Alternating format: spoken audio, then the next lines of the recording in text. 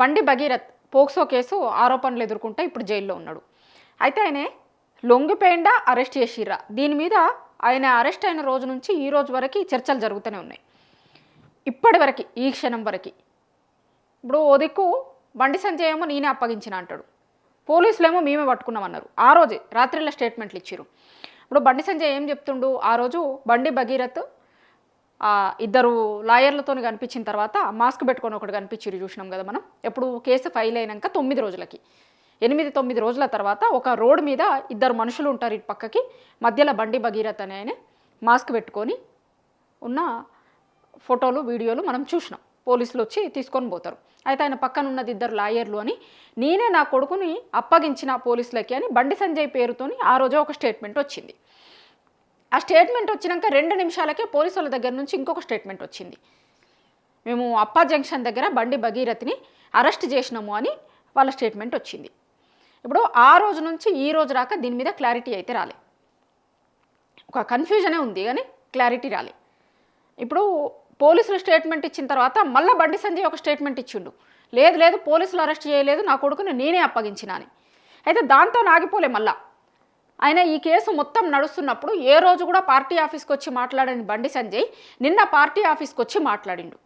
ఆ మాట్లాడిన దాంట్లో మేజర్గా ఆయన చెప్పాలనుకున్నది ఏది అంటే ఇదే, మళ్ళా భగీరథ్ని నేనే అప్పగించిన, పోలీసులు అరెస్ట్ చెయ్యలేదు అనేది చెప్పడం కోసమే నిన్న ప్రెస్ మీట్ పెట్టినట్టుంది.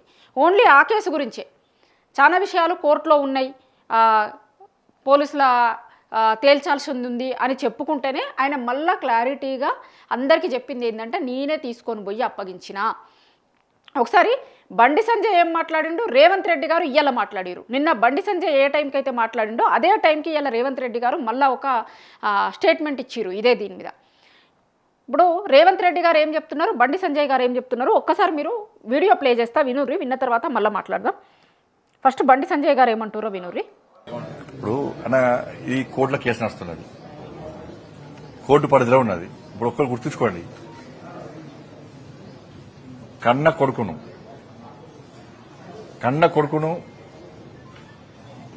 ఒక తండ్రి పోలీసులకు స్వయంగా అప్పగించినటువంటి సందర్భం ఏదైనా ఉందా? వాళ్ళ కన్న కొడుకును నేను తీసుకుపోయి విచారణకు సహకరించాలని చెప్పి నాకు సమాచారం వచ్చిన వెంటనే నా కొడుకును అప్పచెప్పిన. ఇది బండి సంజయ్ గారు చెప్తున్న మాట. ఆయన ఏమంటాడు, నాకు సమాచారం వచ్చిన వెంటనే నేను తీసుకొని పోయి అప్పగించిన, ఒక కేంద్ర మంత్రి హోదాలో ఉన్న వ్యక్తి అప్పగించిన సందర్భం ఎక్కడన్నా ఉందా? ఇప్పుడు ఈయన కేంద్ర హోంశాఖ సహాయ మంత్రి, ఈయన సీఎం గారితో పాటు హోంశాఖ మంత్రి కూడా, ఈయన సీఎంతో పాటు హోంశాఖ మంత్రి కూడా, అంటే పోలీసులంతా కూడా హోంశాఖ మంత్రికి రిపోర్ట్ చేస్తారు. పోలీసులు చెప్పిన దాన్నే హోంశాఖ మంత్రి కమ్ ముఖ్యమంత్రి హోదాలో రేవంత్ రెడ్డి గారు మాట్లాడుతున్నారు. ఆయన ఏం మాట్లాడిరో వినుర్రి. ఒకవేళ సరెండర్ చేస్తే వాళ్ళ పిల్లవాడిని వాళ్ళ ఇంట్లో పెట్టుకొని పోలీసులను పిలిపించి అప్పచెప్తారు. అప్పజెక్షన్ మీ ఇల్లా నా ఇల్లా? రోడ్డు మధ్యలో పోలీసులు నాకాబందీ చేసి వెహికల్స్ని చెక్ చేస్తున్నప్పుడు అప్పా జంక్షన్లో బండి భగీరథ పోలీసులకు చిక్కిండు. ఇది మా పోలీసులు నాకు చెప్పింది. నిజంగానే అతన్ని సరెండర్ చేసేది ఉంటే అతను ఎక్కడున్నాడో అక్కడికి, ఇక్కడ మా అబ్బాయి ఉన్నాడు, మీరు వచ్చి పోలీసులు ఇతన్ని సరెండర్ చేసుకోండి అని చెప్పిండ్రు అనుకోండి, అప్పుడు మనం సరెండర్ అనుకోవచ్చు.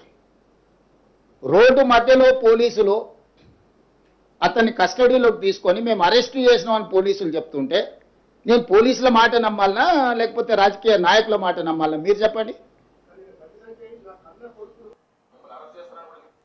ఇది రేవంత్ రెడ్డి గారు చెప్తుంది, ముఖ్యమంత్రి గారు చెప్తున్న మాట ఇది. ఒకసారి మీరు కూడా చెప్పుర్రి, మీకేమనిపిస్తుంది? బండి సంజయ్ అప్పగించిండా లేకపోతే పోలీసులు పట్టుకున్నారా? మీకేమనిపించింది ఒక్కసారి కమెంట్ల కింద చెప్పుర్రి. అందరూ కూడా కమెంట్ చెయ్యరు, వీడియో చూస్తున్న ప్రతి ఒక్కరు కూడా మీకు ఏమనిపించింది? అబద్ధం చెప్తుంది ఎవరిలా? ఇప్పుడు బండి సంజయ్ గారు అబద్ధం చెప్తుర్రా, రేవంత్ రెడ్డి గారు అబద్ధం చెప్తుర్రా? ఇప్పుడు ఆయన నేనే తీసుకొని పోయి అప్పగించిన అంటుండు, వీళ్ళు పట్టుకున్నాం అంటారు. అంటే ఏందన్నట్టు ఇద్దరిట్లో ఎవరో ఒకరు అబద్ధం చెప్తున్నట్టు.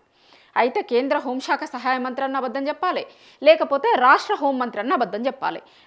ఇద్దరు చెప్తున్న మాటలు ఎట్టి పరిస్థితుల్లో ఒకటి కావు. ఇద్దరూ నిజమే చెప్తుర్రు అనుకోవడానికి లేదు.